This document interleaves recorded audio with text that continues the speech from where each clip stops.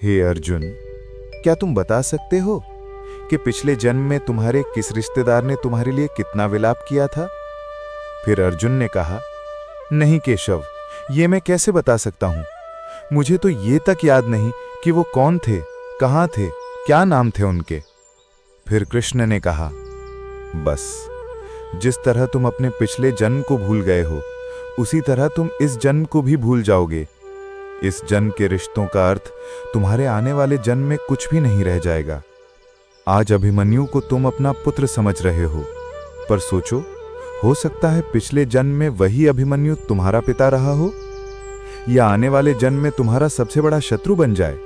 आज तुम जिन्हें अपना रिश्तेदार समझ रहे हो, जिन्हें आदरणीय समझ रहे हो, और इसी कारण उनकी हत्या करने से संकोच कर रहे हो सकता है उन्हीं में से किसी ने तुम्हारे किसी पिछले जन्म में तुम्हारी हत्या की हो।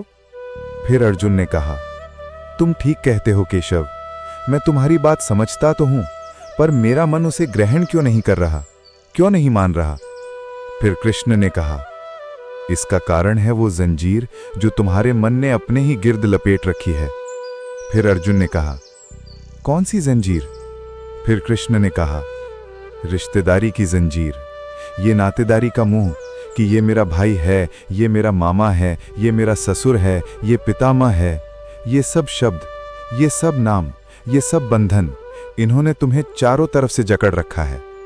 फिर अर्जुन ने कहा, तुम ठीक कहते हो, ये रिश्ते नातों की जंजीरों ने मुझे चारों तरफ से जकड़ रखा है, पर मैं इस जंजीर को कैसे तोड़ दूं?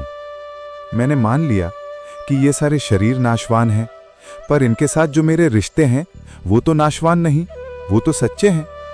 भीष्म मेरे पितामह हैं, अभिमन्यु मेरा पुत्र है, महाबली भीम मेरा सहोदर भाई है। ये रिश्ते तो सच्चे हैं, भले इनके शरीर मर जाएं, पर इनके साथ मेरे रिश्ते नहीं मरेंगे। जैसे आज मेरे पिता महाराज पांडु का शरीर नहीं है, पर मेरे पिता आज भी महाराज पांडु हैं। पिता पुत्र का वो पवित्र रिश्ता समाप्त नहीं हुआ। इन रिश्तों की पवित्रता पर मैं कैसे प्रहार करूं? शरीर को भूल जाओ, पर अपने दादा के रिश्ते पर तीर कैसे चलाऊं? अपने भाई के नाते पर तलवार कैसे उठाऊं? फिर कृष्ण ने कहा, अर्जुन, ये रिश्ते, ये नाते सब इस जन्म के हैं। इस जन्म से पहले या इस जन्म के पश्चात इन रिश्तों का कोई अस्तित्व नहीं रहता। ये काका, मामा, भाई, पुत्र, पितामह पिछले जन्म में कहाँ थे? तुम्हारे क्या लगते थे? और अगले जन्म में ये क्या होंगे, कहाँ होंगे?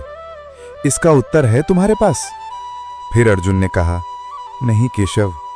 फिर कृष्ण ने कहा, इसीलिए कहता हूं, जब शरीर नाशवान है तो ये रिश्ते भी नाशवान हैं, क्योंकि ये सब नाते शरीर के हैं। और जो तुमने अपने पिता का उदाहरण दिया कि उनका तुम्हारा पिता पुत्र का नाता समाप्त नहीं हुआ, ये भी तुम्हारा भ्रम है, अज्ञान है। केवल तुम्हारे मन में अभी तक वो रिश्ता जीवित है, क्योंकि तुम अभी तक उसी जन्म में हो। पर तुम्हारे पिताश्री इस समय जिस योनि में भी होंगे, उनके लिए वो रिश्ता समाप्त हो चुका है। पिता की बात छोड़ो, अपनी बात करो। पिछले जन्म में जब तुम्हारी मृत्यु हुई होगी, उस समय तुम्हारे सब संबंधी रिश्तेदार रोए होंगे। तुम्हारी पत्नी ने, तुम्हारे पुत्रों ने बहुत विलाप किया होगा, पर आज इस जन्म में तुम्हें याद भी नहीं कि किस किस ने तुम्हारी मृत्यु पर विलाप किया था। आज तुम्हारे लिए उनका या उनके रोने धोने का कोई मोल नहीं। इसलिए समझा रहा हूं, न किसी के मरने का शोक करो, न किसी के साथ नाता टूटने का दुख मानो। वैसे भी मेरी माया इतनी प्रबल है अर्जुन, कि जिन्हें तू समझता है कि तेरी मृत्यु के बाद शोक करेंगे, सारा जीवन रोते रहेंगे, वो भी असत्य है। मेरी माया के प्रभाव से थोड़े ही दिनों के बाद उन रोने वालों को तू फिर हंसता खेलता देखेगा। मित्र 4 दिन रोता है, भाई 10 दिन रोता है, पत्नी उससे अधिक रोती है, माता सबसे अधिक समय तक रोती है, पर सबके आंसू धीरे धीरे सूख जाते हैं और उन आंखों में फिर से नए नए सपनों की रोशनी चमकने लगती है। हे अर्जुन, ये रिश्ते शरीर के जन्म के साथ पैदा होते हैं और शरीर की मृत्यु के साथ मर जाते हैं। इसलिए इन रिश्ते नातों के चक्रव्यूह से बाहर आ जाओ। आत्मा अमर है, इस अमर सत्य को पहचानो। रिश्ते तो बदलते रहते हैं, इसलिए तुम्हें ना रिश्तों से मोह करना चाहिए, ना रिश्तों के टूटने का शोक करना चाहिए। यही सांख्य योग का ज्ञान है कि मनुष्य को एक सन्यासी की भांति सोचना चाहिए।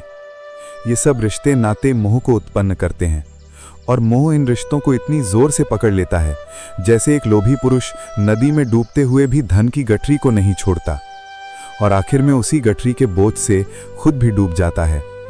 इसलिए अपने मन को सन्यासी बनाओ और इस मोह के बंधनों को छोड़ो और इस बात पर ध्यान दो कि इस समय तुम्हारा कर्तव्य क्या है, तुम्हारा धर्म क्या है और उसी के अनुसार कर्म करो। फिर अर्जुन ने कहा, हे केशव, एक तरफ तुम सन्यास की बात करते हो, सन्यासी की भांति सब नाते रिश्तों के बंधन को तोड़ने को कह रहे हो और दूसरी ओर मुझे कर्म करने को कह रहे हो। ये दोनों बातें विरोधी हैं। तुम जानते हो कि मनुष्य जब कोई कर्म करता है तो उस कर्म का कोई कारण होता है, कोई प्रेरक होता है जिसकी प्रेरणा से मनुष्य कर्म करता है, कोई भावना तो होती है जिस भावना की पूर्ति के लिए मनुष्य अच्छा बुरा कोई भी कर्म करता है। अर्थात कर्म की जड़ में एक भावना होती है और भावना की जड़ में कोई ना कोई रिश्ता होता है, क्योंकि किसी न किसी रिश्ते की जड़ से ही तो भावना पैदा होती है। इसलिए यदि मनुष्य सारे रिश्ते तोड़ देगा, अपनी भावना को त्याग देगा, तो फिर वो कर्म किसके लिए करेगा? फिर कृष्ण ने कहा, अपने धर्म के लिए। फिर अर्जुन ने कहा, धर्म के लिए? फिर कृष्ण ने कहा, हाँ, अपने धर्म के लिए। अर्थात धर्म के लिए भावना की आवश्यकता नहीं होती, बल्कि अपने कर्तव्य के ज्ञान की आवश्यकता है।